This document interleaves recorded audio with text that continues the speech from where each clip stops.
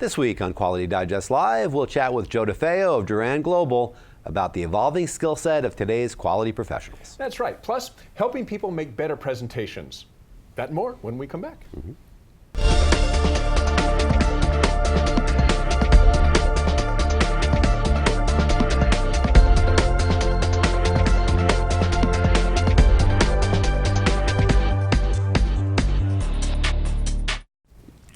Welcome back to Quality Digest Live for June 12th, 2015. QDL is your weekly look at who and what is making the news in the world of quality. I'm Mike Richmond, publisher of Quality Digest. And I'm Quality Digest Editor-in-Chief, Dirk Ducharme. Our fast-moving Editor-in-Chief, Dirk Ducharme, always in time. Always on the spot. That's right. All right. Well, Human Tech, experts in ergonomic workplace improvement, is accepting entries for its annual Find It, Fix It Challenge. In its 9th year, the Find It, Fix It Challenge recognizes and rewards simple and effective workplace ergonomic solutions that increase productivity, improve worker morale, and reduce workplace injuries and illnesses. The contest is open to all past and current Human Tech clients and runs from June 1st, 2015 through September 11th, 2015. Beginning this year, the Find It, Fix It Challenge will recognize both simple and complex improvements, and that's those that require maybe more investment in time and resources and money. And there's a category for each. So organizations are asked to submit their best workplace improvements, highlighting the implementation of a creative, sustainable, and high-impact ergonomic solution. Information about the submission process can be found by visiting the Find It, Fix It Challenge website. And actually, if you click on the link below the player page, that'll take you right out there. By late September, 15 finalists will be selected by a panel of certified professional ergonomists. Ergonomists. Is that even a word? Yes, it is now. There you go. Is it ergonometry then? Is that if you're studying ergonomics? Is that ergonometry? It's ergonometry, I believe, yes. Thank you. Thank you.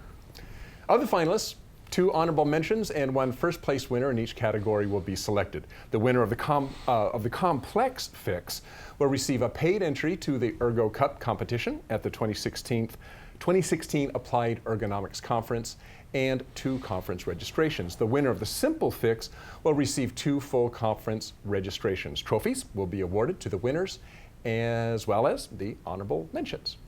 So ergonomics. Yeah, the Find It, Fix It Challenge. That's one they've been doing. They say for 9 years. Yeah, so it's a pretty cool one. Yeah.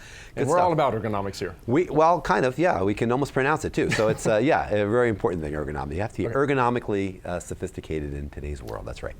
Okay. Well, another thing you have to be in today's world is innovative, and innovation, of course, is a topic near and dear to the heart of anyone concerned with operational excellence because, hey, let's face it, without a creative engine driving new products and services for customers, companies are going to pretty much cease to exist, right?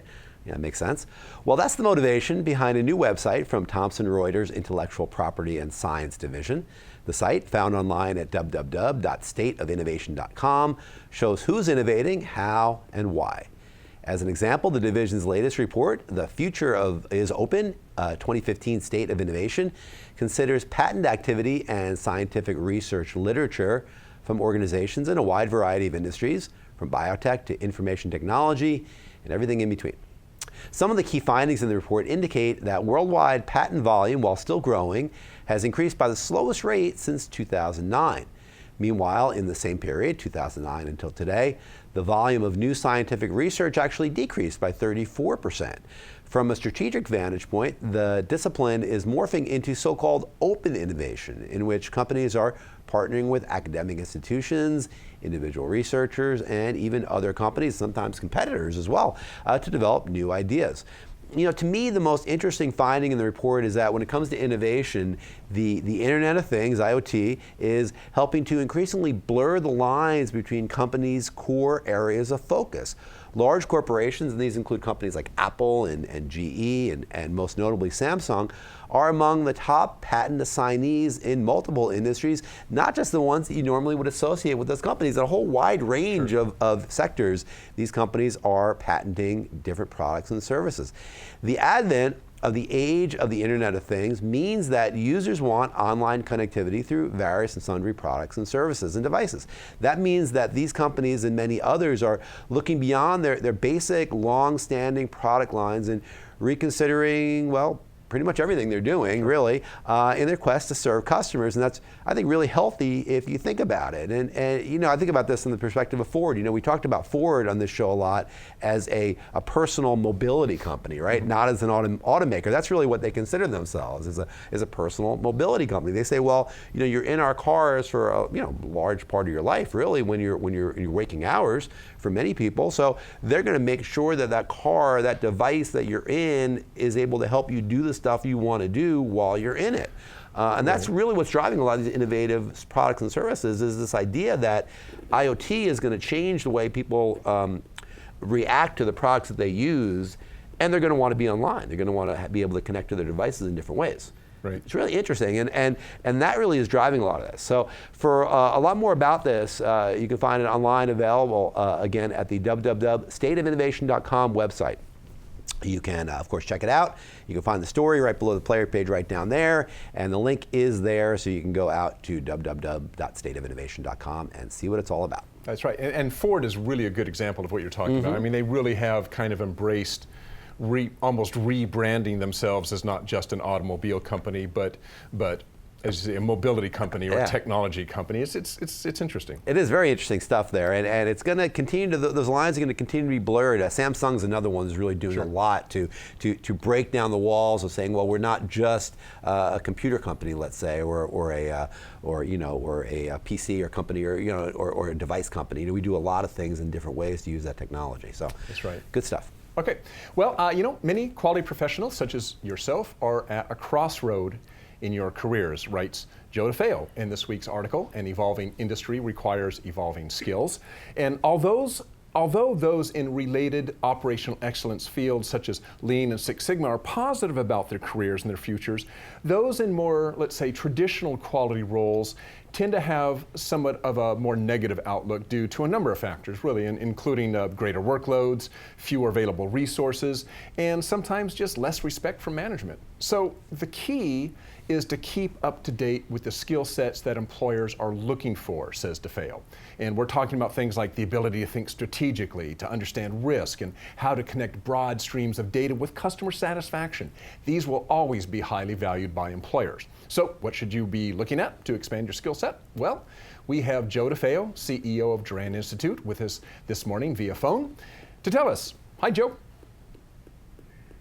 Good afternoon to you guys out there in California, and good morning to anyone else somewhere else. And by the way, ergonomaniac. Those people who are really excited about ergonomics. Yeah, ergonomics. Okay. Good stuff. And Thanks, I Joe. also found something interesting. You're talking about Ford. In the 10 years the Duran Medal has been given out by the American Society for Quality, only 2 automobile companies, or actually 2 leaders of automobile companies have ever won the award, and they were both from Ford. Don Peterson and Alan Mullally. So it tells you a lot about where Ford's at in terms of leadership and quality. Who was the first one? I didn't catch that. And your intro to us was right on the money in terms of what's going on out there in the field. And what led me to this topic was I get requests all the time by executives saying, how come I can't find someone that can do ABC, and how come I can't find someone to do DEF? And so we then look back at our skill sets that people are teaching and learning and saying, well, most folks are kind of picking one or the other when they should have picked both. So that's kind of where we're going to talk about here today. Yeah. Well, let's start off with some definitions. I mean, you mentioned in your article, you mentioned both quality and operational excellence. So before we get going here, can you just kind of really briefly describe the difference or the similarities between the two? Sure. If you're a Quality Digest fanatic for the last 20 or 30 years, you would define quality as the overarching purpose is to achieve a superior level of quality in products and services.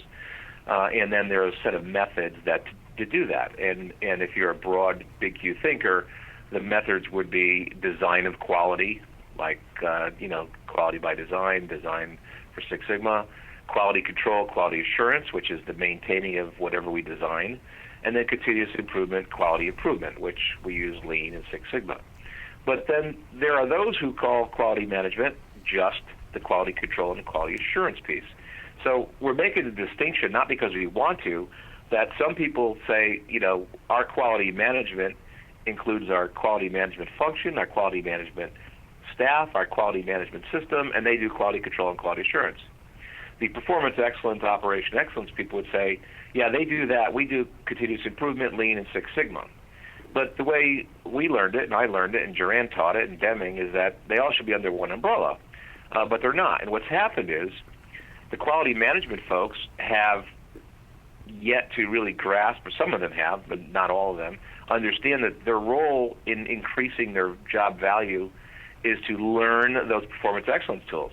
And similarly, the performance excellence folks have to learn the quality management piece. And the reality of that is not just from an efficiency point of view of what executives are looking for, but it's the way quality management should be managed, because the outcome of design you control, and as you continuously manage to that level of control and assure that customer products and services are being met by the operations, then you continuously improve. Well, the outcome of improvement is, once again, either redesign or control. So if you're just performance excellence folks, you're doing Lean and Six Sigma, you may not know that link back to your quality management system. And if you're the quality management folks, you may suffer from just providing control and not getting involved in improvement or design. So Joe, explain a little bit more about this and what's driving this really, because there's pressures and changes, I think, in today's workforce that are causing employees to really need to expand their skill set. Is that right? Yeah, well, the reality is as our definition of quality moved from product to service to process to now organization or enterprise, similar functions like risk management, financial function, environmental, and quality all perform some very similar activities. They're system driven with different critical to business needs. One is quality, one is environment, one is finance, one is risk. But they all have audits, they all have reviews, they all have assessments, they all have scorecards. So as an organization starts to get better and better at learning how to manage an enterprise quality system, an enterprise business system, they ask the question, how can we be efficient when we have 4 and 5 audits on our staff, or we have multiple different, international standards going around? Why can't we kind of pull forces together and say, let's have an enterprise assurance system? Now, who would man that system? The men and women are going to be quality management people, they're going to be performance excellence people, they're going to be a combination of both. So the driver is efficiency, and the driver is the need to speak many languages. And so the quality professional needs to know risk, they need to know enough about environment and enough about finance to talk business, particularly cost support quality, and the other folks need to know something about quality. This started a long time ago when we had multifunctional audit teams, particularly with the onset of ISO. And as financial management staff have shrunk because of technology like QuickBooks and software, so has quality with quality management software, as well as this enterprise focus. So it's a natural, integrated management system coming together. And Joe, I mean, look, you mentioned some things have been around for a while, but what kind of skills would you say are new skills that employees are looking for? Maybe skills that may not have existed, say, even 5 years ago. Up and coming things that people need to get trained up on if they want to stay on top of their game in the quality field. Well, I think the easiest one is that business people like to talk to business-minded people, not technical people, and the quality management folks have been viewed as technical. So the skill set they're looking for is more business-oriented and more strategic rather than tactical, and so they're looking for that. Secondly, you can't manage process and quality without understanding technology and particularly even how IT systems work within business processes and vice versa. So, they have to be versed in something, but not writing code, but enough about an IT system to know that, data is so important to a quality management system. And whether we have SAP or whether you have something like a Sparta network of quality management system, but something is connected. And so the other aspect is not just knowing quality engineering and quality management, but also learning enough about the technology so they can integrate and get good data systems. And I think the other one is really understanding risk management and really translating quality into risk, because bad quality is a high risk, good quality is a low risk. And then obviously safety is high risk, low risk. So I think they have to learn to become multilingual, and so the kind of people that business are looking for are those who are very adaptive, very flexible, and that's kind of slaps in the face of some of our traditional quality skill sets. Quality engineers were quality engineers, quality managers were quality managers. Now we're saying we need a little bit of each. And Joe, just before we go here, where are most people going to pick up some of these skills? I mean, are they doing like night classes at junior colleges or universities, online training? I mean, where are these skills actually being made available in your experience? So, on one hand, American Society for Quality and like societies are covering some of the bases on the technical side, but folks are going to have to venture out of our societies into the universities or into other forms of learning to pick up the business side and the risk management side. It's not something you'd find at ASQ. We've been offering programs like that for years, but there's also universities now, National Graduate School of Quality Management, dedicated university to doctorate in business administration with a focus on quality management, a master's in quality management with a focus on business, and a bachelor. So, and there's a number of programs around the country. So what they have to look for, and I think what's going to happen in a few years ahead, the societies will get better and better. But what I encourage folks to do is, if you're going to get a CQE, a Certified Quality Engineer exam, or a CQM, also then go after, Lean Six Sigma Facilitator. Go after some learning and strategic planning. If you're already Lean and Six Sigma person, go try to get a CQE. Go get a Certified Quality Management exam. Become an auditor. In other words, the curriculums are out there. You just got to go find the other half that you're missing. And in the session that we have coming up with you guys, we're going to be, walking through with more clarity what those skill sets are, what the programs they should use. And it's not something they have to do in 3 and 4 and 5 years. These are things they should do lifelong learning as you go forward. Well, John, I'm glad you mentioned that, because perfect setup, as you mentioned. We are doing the first of our professional development curriculum, the evolving skill set of today's quality professional. There it is right there, with Joe and Dirk right here. We're going to be presenting that together. That's first part is on June 16th, second part's on July 28th. 2 p.m. Eastern, 11 a.m. Pacific, right there. So you can sign up for that one in Joe's article, which is right below the player page right down there. And we should point out that this that you actually can get CE units. Yes. For those of you who need those or want those, you can get CE units by attending these 2 courses. And as Mike said, for more information, you can just follow the link in the player page below. Joe, thanks for taking some time with us this morning to kind of go through all that with us. Thank you. It's always a pleasure. You guys make me feel a lot more important than I actually am sometimes. No way, Joe. Well, thank you for joining us again. We'll see you on Tuesday. All right. Thank you. Talk to you soon. Good stuff there. Joe, I always like Joe DeFeo. He's got a good outlook on stuff. And yeah, he's Mr. a good De Niro. Mr. And yeah, check that one out. I mean, that's really going to be an interesting one. It's a new program that we're rolling out. And it's fee-based, so understand that going in. But certainly check that out. Again, link out to it, register for it, and you'll get some really good information on what you should be learning about for your career. There you go. Alrighty. Well, another thing you should be learning about, all of us, is how to present better. And an article we ran in Thursday's issue of Quality Digest Daily by a new contributor of ours, Maurice DeCastro, is titled, "Your Culture Drives Your Presentation Every Time." And yes, again, that ran in Thursday's issue of Quality Digest Daily by Maurice DeCastro, brand new contributor of ours. I think that's the first time we've had Mr. DeCastro write for us. So as you would probably imagine from the article, the name of the article, he's going to focus on presenting and how you present better. His company is called Mindful Presenter. Good title for a company that's going to be talking about presentations. And his theme in this one is, well, what else? What can you do to improve your presentation skills when you're presenting to people within your organization, is what he's generally talking about here. And the big perspective here that DeCastro offers is that, of course, each company has a culture, and within the culture, there's a lot of spillover that affects the way that the company does everything, and it really affects the way that people prepare and deliver and present information, not data. Again, we're going to get to that in a minute here. He's not talking about data, he's talking about information and how you present that information to your audience, in this case, mostly people that are within your organization. So what does he mean here? Well, What it means by culture is if you're in a very formal organization that has a very kind of a staid and monolithic leadership team, guess what? I mean, what's going to happen is people are going to take their cues from that. If the organization is really not one that permits a lot of freedom in thought or freedom in style for how people present information, then they're going to tend to want to have a presentation style that's going to, well, let's just say it, straitjacket people to a certain extent. People are going to feel like they need to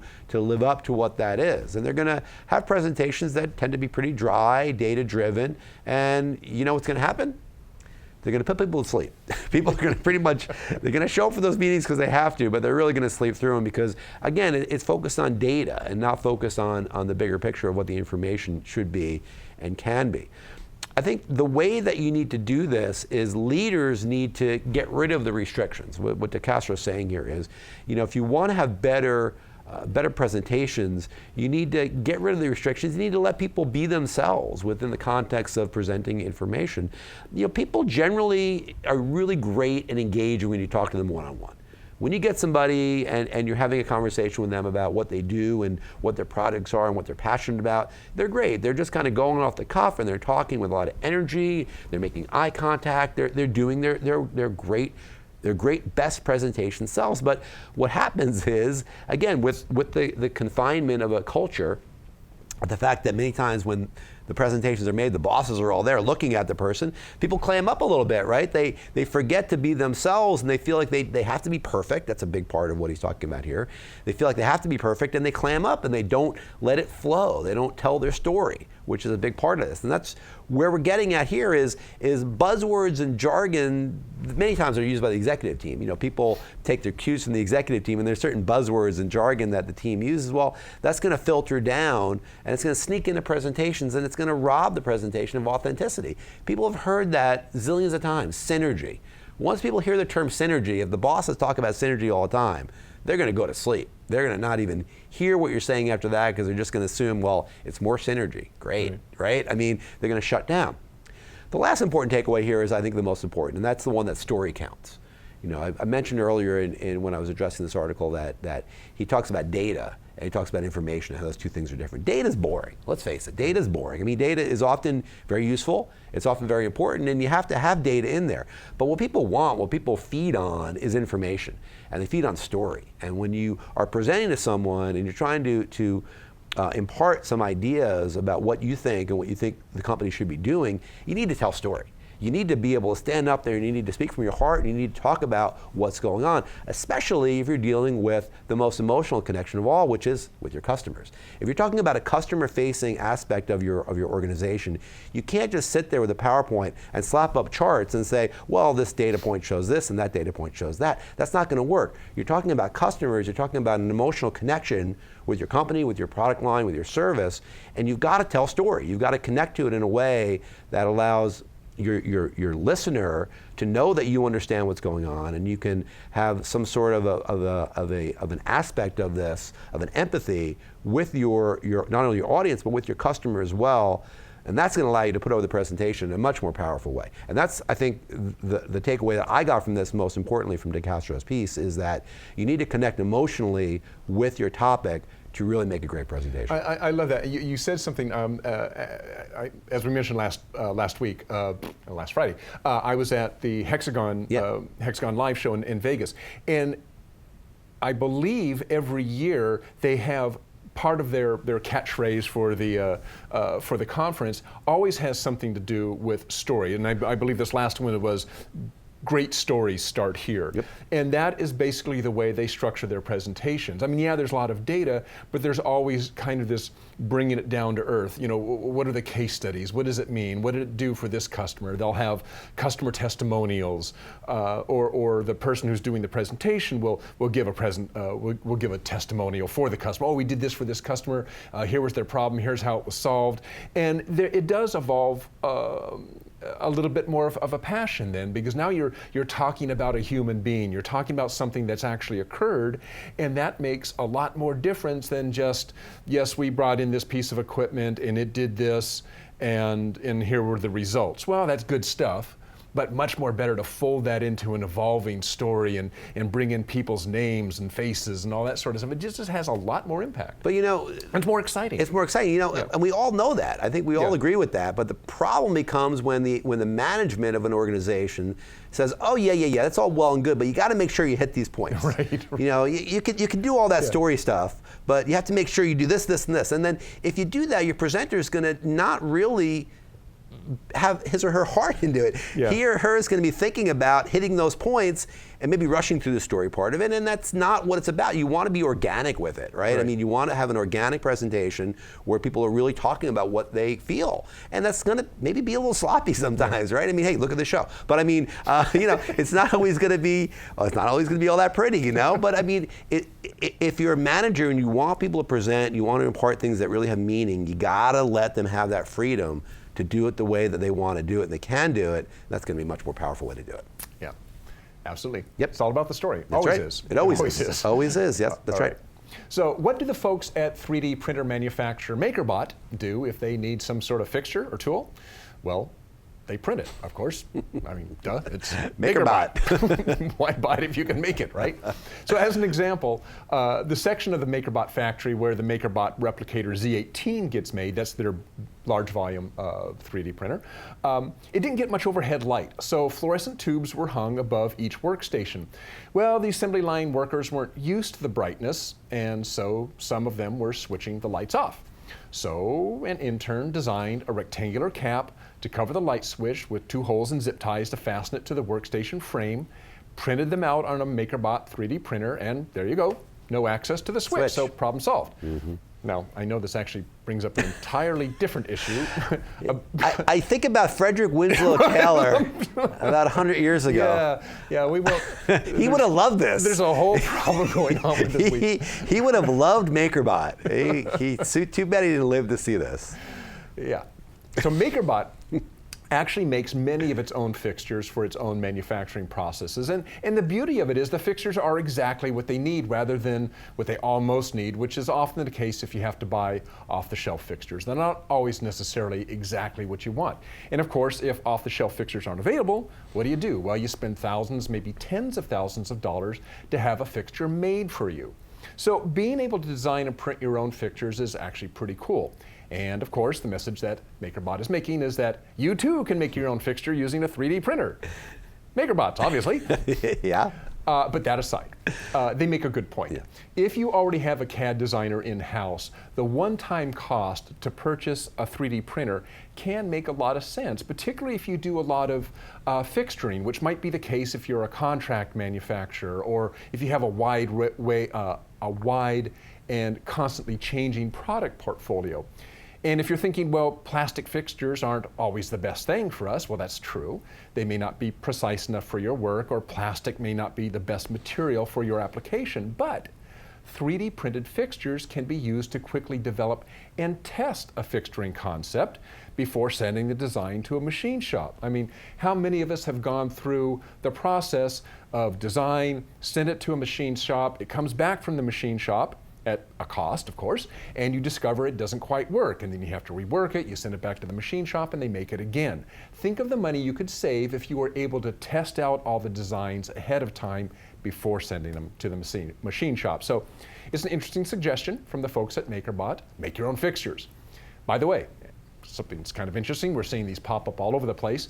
Some of the more generic designs that MakerBot created for themselves, like holsters for various types of cordless drills, are available for free at MakerBot's Thingiverse.com. There's also similar websites where you can download the STL file, and if you happen to have your own 3D printer, you can start printing out stuff. The design's already there. You just plug it into your 3D printer and print it out, and there you go. There you go. Yeah. Pretty cool stuff. It is cool stuff. I mean, again, as they say, salesmanship aside, it is a really interesting idea, and I think people are getting this now, that this is really what 3D printing is all about. Additive manufacturing is the ability to create something on the fly. Or test out designs. Or test out designs. I mean, it really makes a lot of sense, and it just is becoming more and more prevalent as we're going along. Well, thank you, Dirk. Thank you, MakerBot, for that one. All right, we're going to close the show this week with a tweet of the week, and this one comes from Twitter user Rick Bruty. I think that's how he pronounces his last name, Bruty. He says, if it weren't for the last minute, nothing would ever get done. That's the way we work around here. No. I mean, neither you or I know anything about that, right? No. I mean, we have our work done days, Way ahead of time. weeks ahead of time. You have that script done for August 3rd show, right? Yeah, it's done. It's in the can already. We're set. Yeah, that's it. So. Well, for more examples of great tweets just like that one, everything from management to quality to, of course, management, quality, and measurement, yes, and procrastination. Yeah, right. I knew it was something else. You can visit us at Twitter. How could I forget that? But visit us at Twitter at Quality Digest. All right. Well, that's the end of today's show. Thank you for joining us. It was a little loosey-goosey. No. That's the way we make it. Because we prepared for it at the last minute. Remember, great discussion with Joe DeFeo today. If you're interested in advancing your skill set, you can join our first in the professional development curriculum. And this will be with Joe DeFeo. It's a 2-part series. It's a paid series. The Evolving Skill Set of Today's Quality Professional. The first installment is June 16th. And the second installment is July 28th, I believe. Yep, a little bit. So if you're interested in that, you can get more information by clicking on the link below the player page. That will take you out there, and you can get some more information on that. So that's right. I encourage you to do that if you need to expand your skill set. That's right. We look forward to that. We look forward to you and Joe on that next Tuesday. All right. Well, thank you all for joining us. Thanks for being here. Thanks to Joe DeFeo, of course, for checking in with us and previewing the first series of our new program. You guys all have a great weekend. We'll see you on Monday with another great week of QDD, and right back here on Friday with QDO. So long. Thanks. Bye.